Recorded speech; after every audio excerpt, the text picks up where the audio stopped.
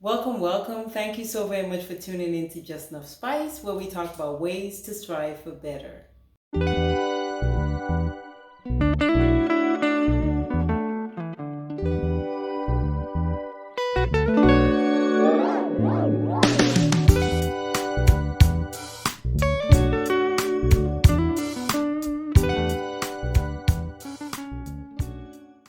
Before we go any further, I do want to say that I am not a financial advisor. This is not supposed to be seen as financial advice. I am just a person that likes to talk about stocks on YouTube. I hope all of you are doing well today. I would like to talk about when is the right time to get into the stock market, or is there a right time to get into the stock market?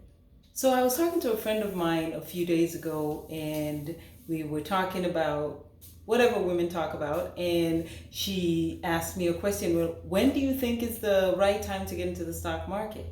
So in thinking about that question, I was drawn to what's been going on right now in the stock market, where every day we turn on the TV and it's down 2, 3, 400 points. Generally, what I try to do is stay consistent. As long as I'm consistently putting money away and consistently investing in the stock market, as far as I'm concerned, I am fine. There is a saying out there, time in the stock market is better than timing the stock market. So I try really hard to just be consistent, and every month try to invest a certain amount just to make sure that I am having time in the stock market as opposed to timing the stock market. I know a few people who have sat on the sidelines waiting to figure out when is the best time to get in. Is the stock market going to go down any lower? And in doing that, they missed an opportunity to get into the market at a particular time when the prices were reasonable. So to me, there are three things I look for. As long as I've already purchased shares in a particular company and there is or are no negative news specific to that particular company, and the fundamentals of the company are strong, example, they continue to beat expectations or they are increasing in revenue, there's no reason that I would not buy more of that stock. And I generally am looking for days that the market is red to pick up more of those shares in that particular company.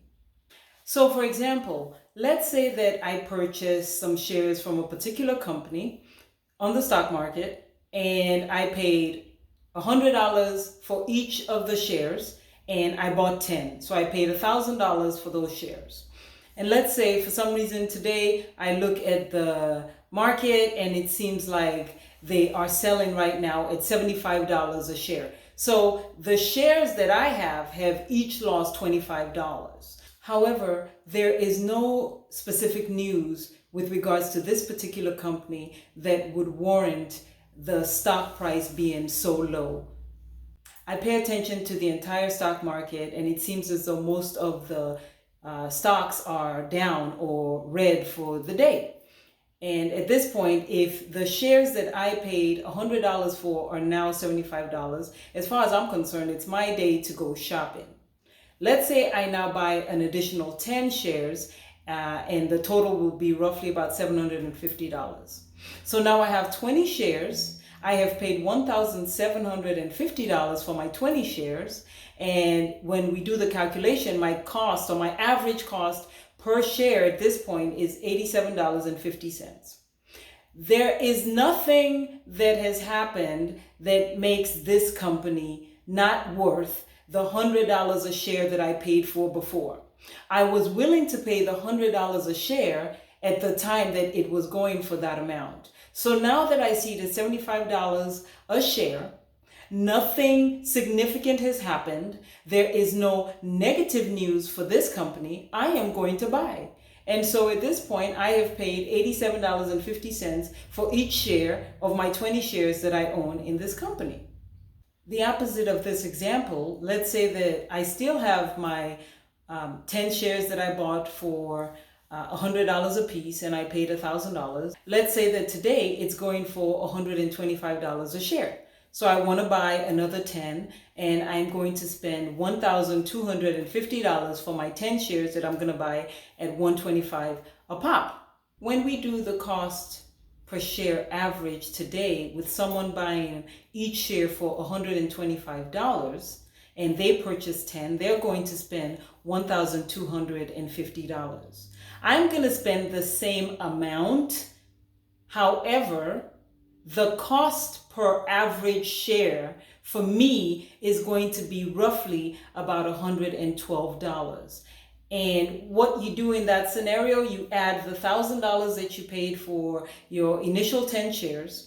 You want to buy another 10 shares today, so you're paying $1,250. You add that together, you spend $2,250 on your 20 shares. When you divide it, you actually paid $112 per share. I'm hoping that this is not confusing. It's just we can never tell when a share is going to go up and when we have missed that opportunity to get in at a lower price. And so if we just continuously do dollar cost average when we are purchasing our shares, as opposed to waiting for that miraculous day that the share is going to be the price that you would like to pay for it, we can still make significant money in the stock market. To me, there's no real perfect time to get into the stock market. Just get in and stay consistent. Try to identify the shares or stocks that you would like to purchase. Identify a price that you would like to pay that's reasonable. And once you have an opportunity to get in, get in. Don't keep waiting for the stock market to crash, because that might never happen. And even if the stock market does go down, none of us know where the bottom is. And so you would have to be really lucky to identify where the low point or the bottom of a particular stock was. Once again, thank you so very much for tuning in to Just Enough Spice. I just wanted to come on here and give my 2 cents about when is or if there's a right time to get into the stock market. If you like this video, please give me thumbs up. Please subscribe, share, and turn on the notification bell. And I will see you on the next one.